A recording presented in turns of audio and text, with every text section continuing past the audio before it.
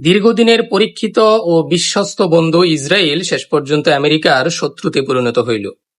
যে ইসরায়েলকে বছরের পর বছর লক্ষ লক্ষ বিলিয়ন ডলার আর্থিক সহায়তা, সামরিক সহায়তা দিয়ে আসছে, সেই ইসরায়েলের বিরুদ্ধেই আমেরিকা গুপ্তচর বৃত্তির অভিযোগ আনে।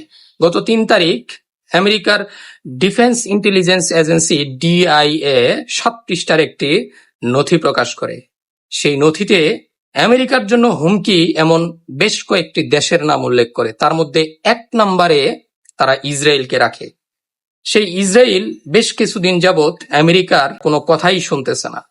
আমেরিকাকে পাশ কাটিয়ে তারা মধ্যপ্রাচ্যের বিভিন্ন দেশে হামলা চালিয়ে আসছে। তার মধ্যে ইরানের হামলা সবচেয়ে বেশি আলোচিত। ডোনাল্ড ট্রাম্প ইসরায়েলকে ইরানে কোনো ধরনের হামলা করা থেকে বিরত থাকার আহ্বান জানিয়েছেন এবং ইরানের সমস্ত শর্ত মেনে চুক্তির আওতায় আনার জন্য বলেছেন। কিন্তু ইসরায়েল তার কথা অগ্রাহ্য করে ইরানে হামলা চালায়।